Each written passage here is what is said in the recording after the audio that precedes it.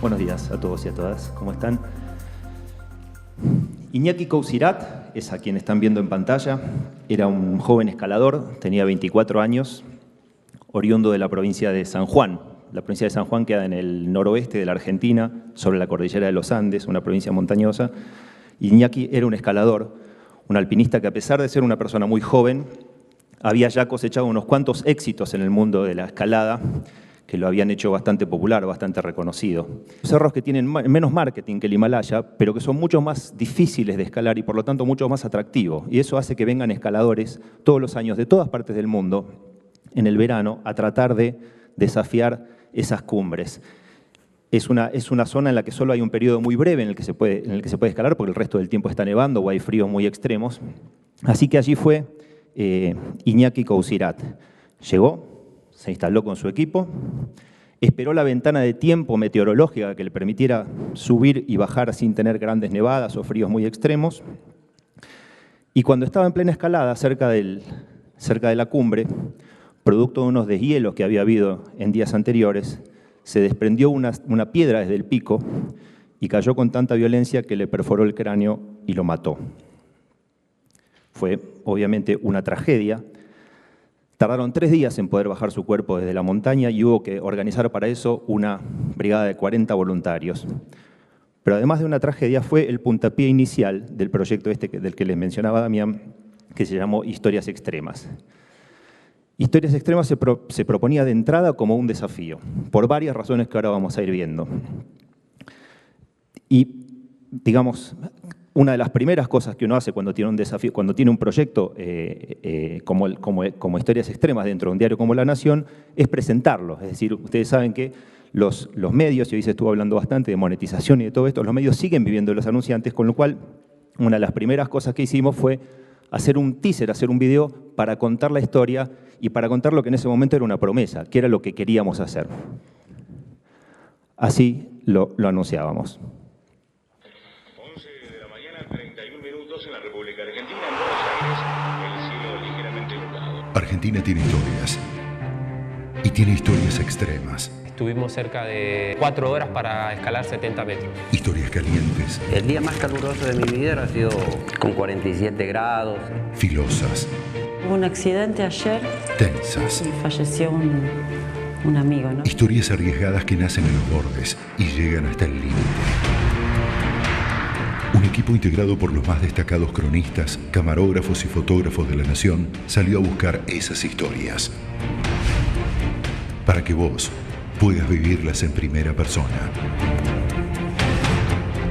Una mirada multiplataforma con grandes producciones, documentales de alta calidad visual, contenidos interactivos y hasta una exposición fotográfica para llegar a más audiencias, en más oportunidades y con mayor impacto.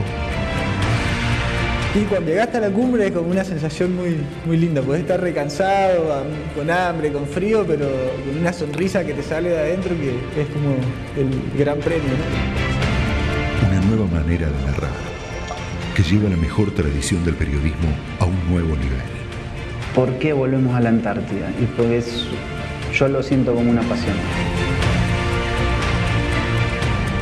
Historias de la Argentina extrema. Muy pronto, en La Nación.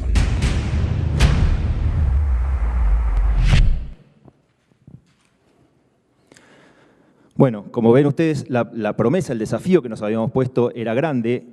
A cargo de ese desafío estaba, por un lado, Damián en lo que era la arquitectura transmedia, que lo que se proponía era llegar a esto, que ahora les voy a comentar un poquito cómo fue, y desde el otro lado, del responsable periodístico del proyecto, era Nicolás Cassese, el editor de la sección de Sociedad del diario. Juntos habían concebido este proyecto que lo que se proponía era identificar historias, identificar temas que permitieran después hacer una nota de las habituales, de las tradicionales en el diario de papel, que salía los domingos con doble página, una versión de esa nota para el diario online, un documental que después tuvo un on demand donde están todas las historias agrupadas y en este caso, no en todas, no en las 13 que hicimos, pero en una de ellas, en 3 de ellas, un documental interactivo. Era una promesa y un desafío muy grande, sobre todo porque, como decíamos antes, se trataba de uno de los grandes monstruos comunicacionales de la Argentina, en el mejor sentido de la palabra.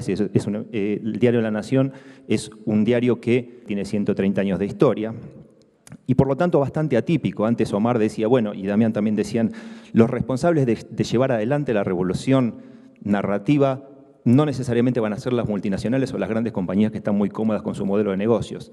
En ese sentido, La Nación creo yo que fue una excepción, porque a pesar de tener una situación de poder dentro del universo mediático de la Argentina, se propuso este desafío. Pero la pregunta que yo por lo menos me hacía, y creo que todos los que estábamos formando parte de este equipo, era ¿cómo vamos a hacer esto? Porque había muchos retos que encarar. El diario La Nación es un diario que para todos los que estamos hoy vivos en la Argentina es un medio central, independientemente de que uno esté más o menos de acuerdo con su línea editorial, que es una línea general conservadora, políticamente, creo yo, tirada hacia la derecha.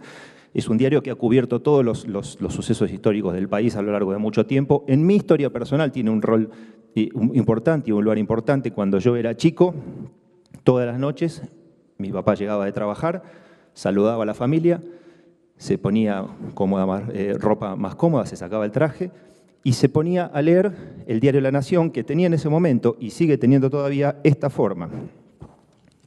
Hacía esto. Desaparecía de los ojos de nosotros, sus hijos y de la familia.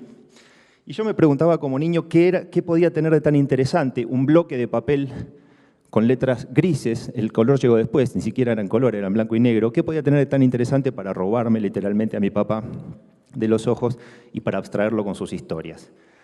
Cuando llegó la oportunidad de hacer este proyecto, de alguna manera tuve una experiencia de ponerme del otro. El guionista estuvo buenísimo y venía a felicitarme, estaba muy contento porque había visto este contenido en La Nación. Quiere decir que mientras para mis ojos de niño el medio era un medio para adultos, cuando fui adulto, para mis ojos de adulto, podía un niño venir a decirme, yo vi un contenido de este diario. Y esta es una cosa que a mí me movió bastante la reflexión, porque en realidad lo que me dio es la pauta de que cuando nos animamos o cuando un medio se anima a utilizar otras plataformas, lo que hace es saltar barreras, por supuesto de plataformas, pero también saltar barreras generacionales, es decir, llegar a otras audiencias y a otros públicos a los que no necesariamente está llegando, sin sacrificar su línea editorial. ¿Ok? O sea que esto fue una de los aprendizajes o de las lecciones que me dejó la experiencia de Historias Extremas. Otra de las características que tuvo el proyecto de Historias Extremas fue la estética. Yo no sé cuántos de ustedes participan o participaron alguna vez de lo que es un medio periodístico, pero en el medio periodístico lo que manda es la urgencia.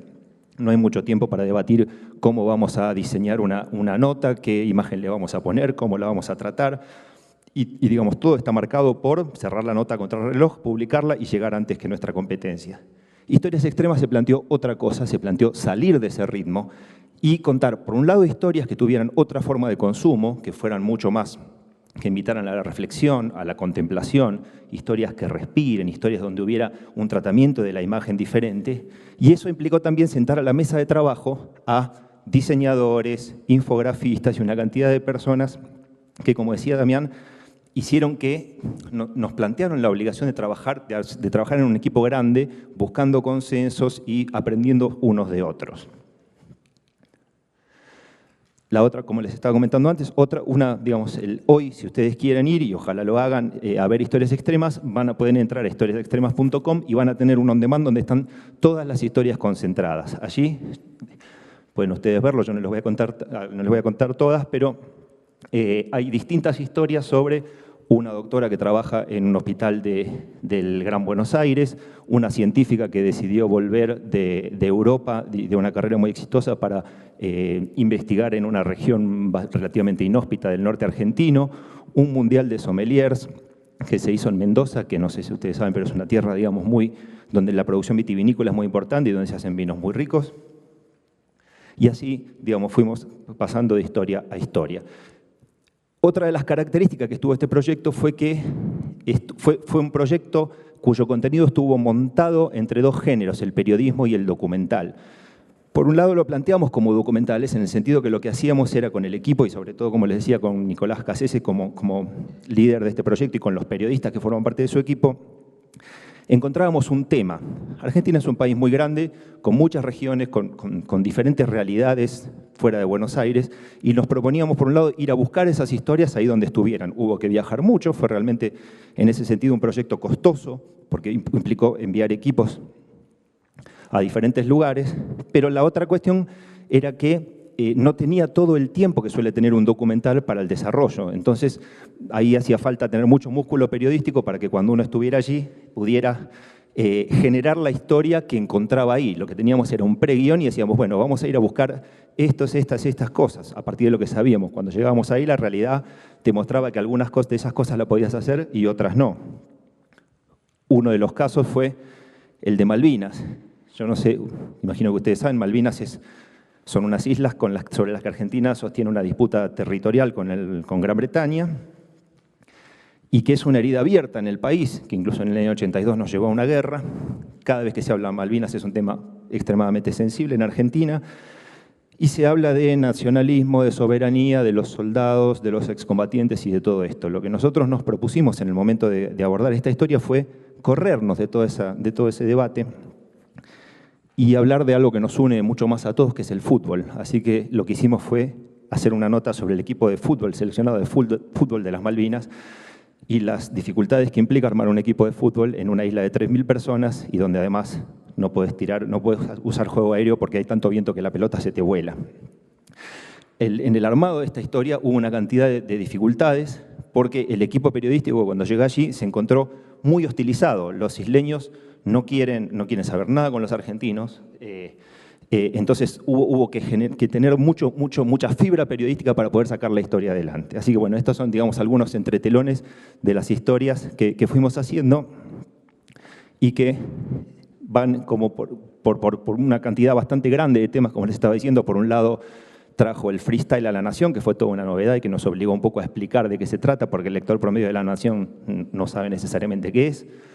Otra de las historias es sobre la pesca artesanal, un grupo de pescadores que en condiciones muy precarias se juegan la vida en el sur argentino todos los días para recoger mariscos que después se venden muy caros en Buenos Aires.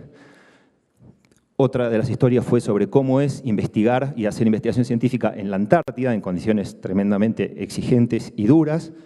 Y otra fue, como les decía antes, sobre el Mundial de Sommeliers. Hay varias otras más que ustedes pueden ver.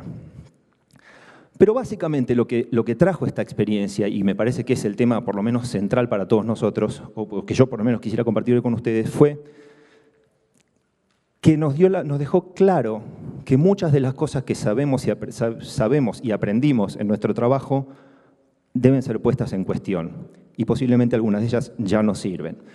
En el equipo había periodistas, había fotógrafos, había infografistas, diseñadores, programadores, había un guionista, había editores y había productores. Y cada uno de los que estuvimos allí nos vimos enfrentados al desafío de trabajar de una manera nueva, que es la que trae aparejada esta idea de narrar de manera multiplataforma, es decir, de crear una historia que vaya a distintos soportes, que no es lo que nos pasa habitualmente. Por el lado de los periodistas, por lo pronto, lo que les pasó fue que periodistas acostumbrados, como están, a hacer notas para medios gráficos, de golpe se vieron frente a cámaras y teniendo que hacer testimonios y tomar testimonios audiovisuales. Esto implicó una gran cantidad de novedades para ellos. Yo me acuerdo que Laura Rocha, que es una de las periodistas que cubrió la historia de los pescadores que les comentaba antes, cuando volvió me dice, yo la verdad que cuando llegué a Puerto Madryn, que es el lugar donde hicimos esta historia, a las 2 horas yo ya tenía la nota escrita. Ya tenía todo lo que necesitaba para hacer una nota, porque había hablado con varias personas, las había grabado y ya tenía todo lo necesario. Sin embargo, se tuvo que quedar, no me acuerdo si fueron 3 o 4 días más, para hacer una gran cantidad de tareas que implicaba la narración audiovisual, que era algo a lo que ella no estaba acostumbrada. En otro caso, cosas a veces hasta graciosas.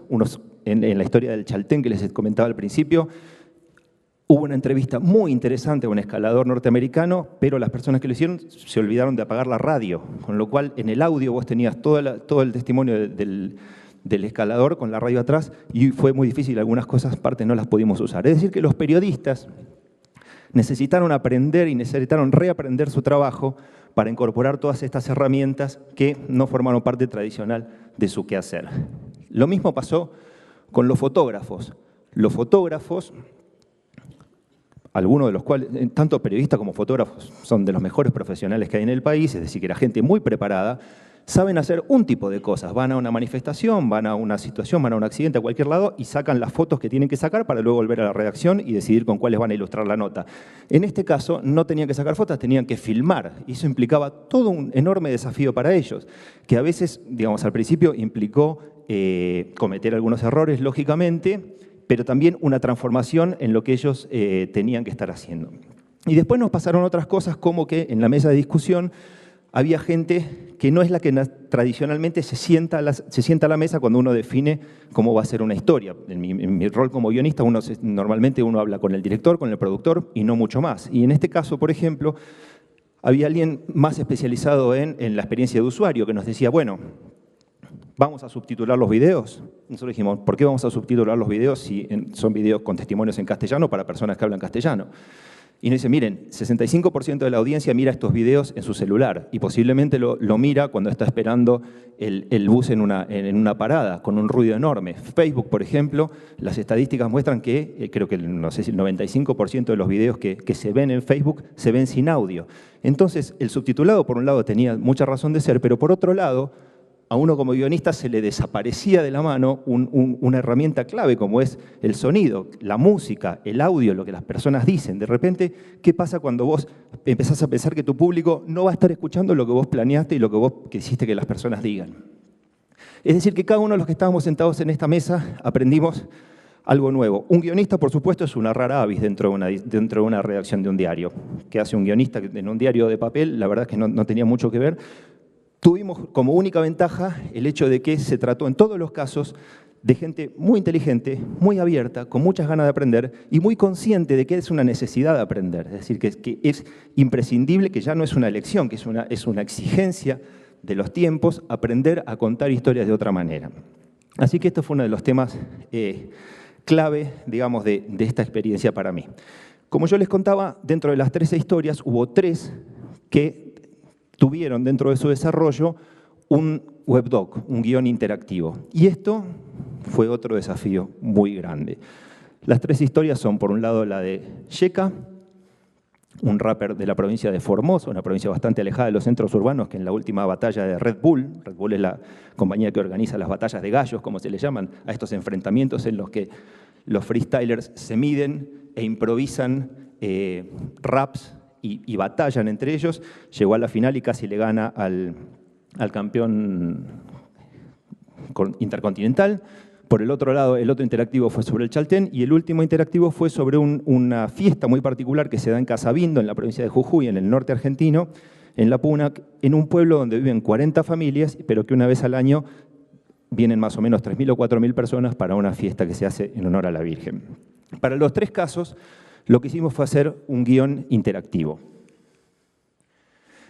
El guión interactivo tiene todo otro desafío para un guionista, esto lo digo desde un punto de vista bien personal, porque si hacer una historia implica tomar imaginariamente a un espectador y llevarlo a lo largo de un camino, de un punto a otro, hacer una historia interactiva, más que definir un recorrido, significa definir un mapa, donde vos tenés una historia que contás, porque uno de los riesgos es que se te difumine o que caigas en cierto caos de contenidos. Tenés que contar una historia, pero a la vez lo que haces es ofrecerle a tu espectador, a tu público, caminos de salida, de ida y de vuelta, caminos de entrada y de salida a esa historia.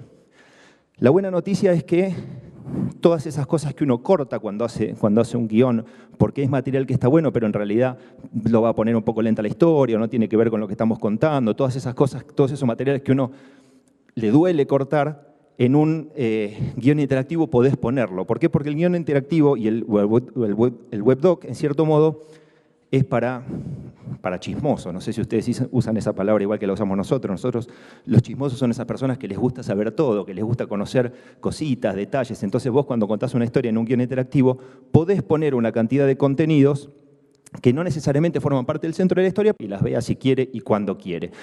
Entonces esto que está ahí arriba es el mapa del guión interactivo, donde hay, como ustedes ven, una historia que corre horizontal y hay verticales.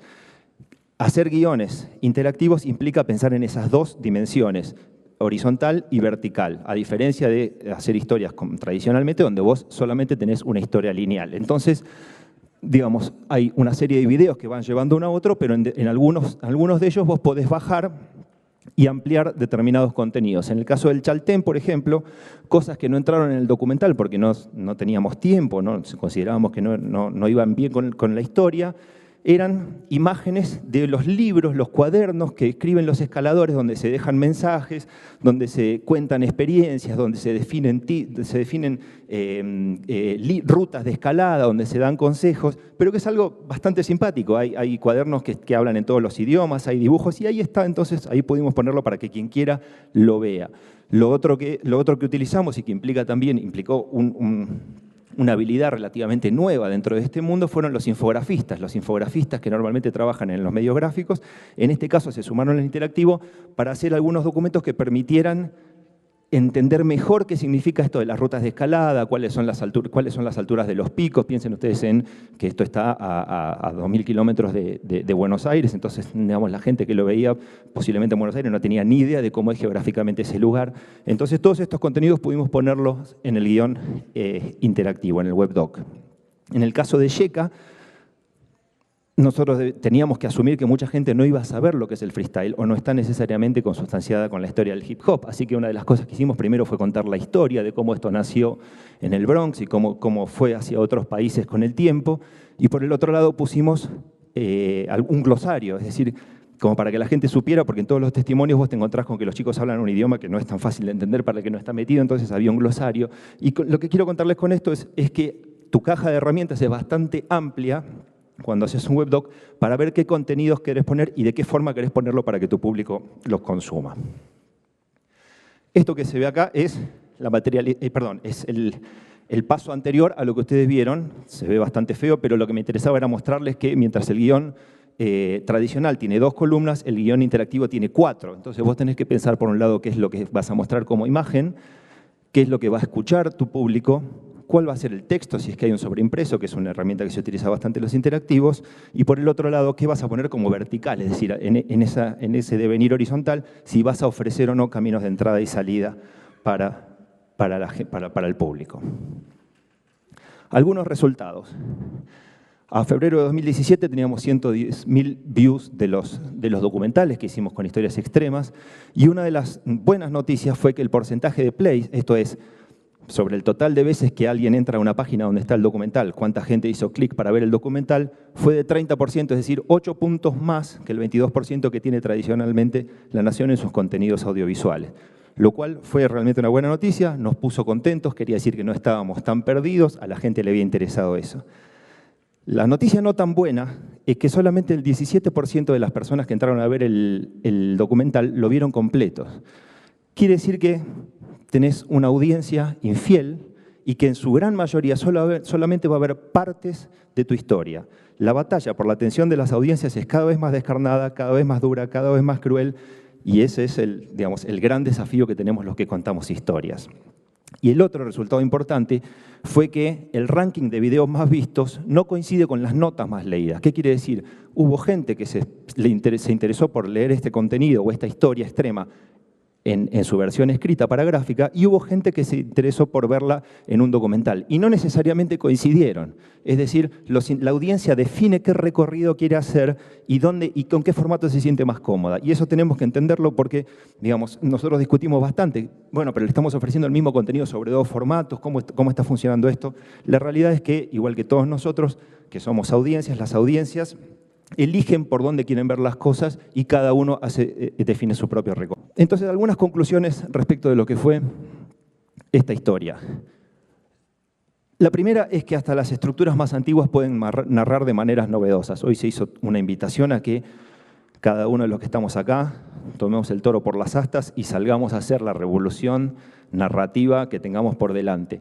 Esto fue la cosa mirada desde el otro lado, una organización tradicional, una institución con mucha historia en las espaldas, también asumió el desafío de una forma poco frecuente de salir de la zona de confort e ir a buscar y a narrar de otra manera. La otra conclusión es que pensar contenidos transmedia es pensar en saltar barreras, no solamente, como es obvio, entre distintos formatos, sino también barreras generacionales, barreras de intereses. Es decir, cuando vos decidís desde un medio utilizar otras plataformas, posiblemente puedas llegar a otras audiencias a las que no estás llegando y que están en esos lugares, o posiblemente puedas apelar a otros intereses a los que hoy no estás apelando. La otra cuestión es, para entrar en estos proyectos hace falta desaprender. Humildad, generosidad, flexibilidad, apertura son palabras clave. Muchos de acá posiblemente todavía son estudiantes y no hayan hecho sus primeros pasos profesionales, pero los que sí ya lo hicimos, estas novedades y estos cambios en la tecnología nos ponen frente a la obligación de desaprender, de quitarnos todas las certezas con las que venimos, de ponerlas por lo menos en cuestión, de escuchar otras voces y de salir de las zonas de comodidad en las que podamos estar. Otra de las conclusiones es lo que a mí me parece que es una paradoja. Cada vez tenemos más herramientas para narrar y cada vez tenemos menos control. Es decir, nunca fue tan vasto el universo, Liz lo decía recién, primero tenés la historia y después decidís qué plataformas querés usar para contar esa historia. Hoy tenemos muchas posibilidades, pero de la mano de eso cada vez tenemos menos control y las audiencias tienen cada vez más el poder de sumarse o no sumarse a nuestra historia cuando quiere. Y en última instancia, en el fondo, y más allá de todo, como también se dijo hoy, lo que siguen mandando son las historias, las buenas historias. Eso no ha cambiado, tenemos que seguir contando historias y los que queremos dedicarnos a eso tenemos la obligación de aprender todo el tiempo y de mejorar todo el tiempo para contarlas cada vez mejor, y eso es algo que le debemos primero a nosotros mismos, segundo a nuestras audiencias y en tercer lugar a nuestros protagonistas, personas que a veces dejan la vida detrás de una hazaña para que nosotros contemos sus historias. Gracias.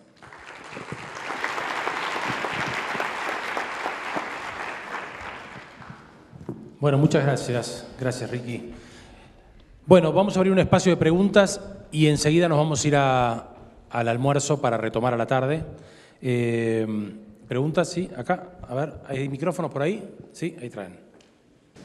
Decías que solamente el 17% terminaba de ver los capítulos. ¿Cuánto duraban los capítulos más o menos? Los documentales duraban 12 minutos. Habíamos querido hacerlo cortos, pero parece que no alcanzó y la gente se nos fue ante igual en muchos casos. ¿Otra pregunta? Mi pregunta es, ¿ustedes buscaron alguna forma de cómo monetizar esos contenidos? ¿Había alguna alianza con alguna marca? ¿Querés contestar vos esa o no? Bueno, ese contenido es un contenido multiplataforma que tiene un programa de televisión, documentales interactivos, documentales web, contenidos print, y había una marca, habían varias marcas que estaban acompañando todo el contenido, sí. Era una venta de todo el periódico, de todo el grupo. ¿Por allá? Después de que se dieron cuenta cuál era el tipo de contenido que prefería la audiencia en este proyecto, ¿esto cambió algo en la manera de hacer contenidos propiamente periodísticos fuera del proyecto? En realidad, voy a hablar por mi parte porque yo no formo parte del equipo periodístico. Estoy seguro de que cambió mucho del enfoque que cada uno de ellos tiene sobre estos temas. Nosotros, lamentablemente, no hicimos lo que dice Liz de hacer testeos y de involucrar a la audiencia en el proceso, con lo cual nos enteramos de todo esto una vez que ya habíamos hecho todas las historias. Pero bueno, en estos días se está definiendo la continuidad de este proyecto y una eventual segunda temporada, así que seguramente incorporaremos todos estos aprendizajes para eso. Gracias.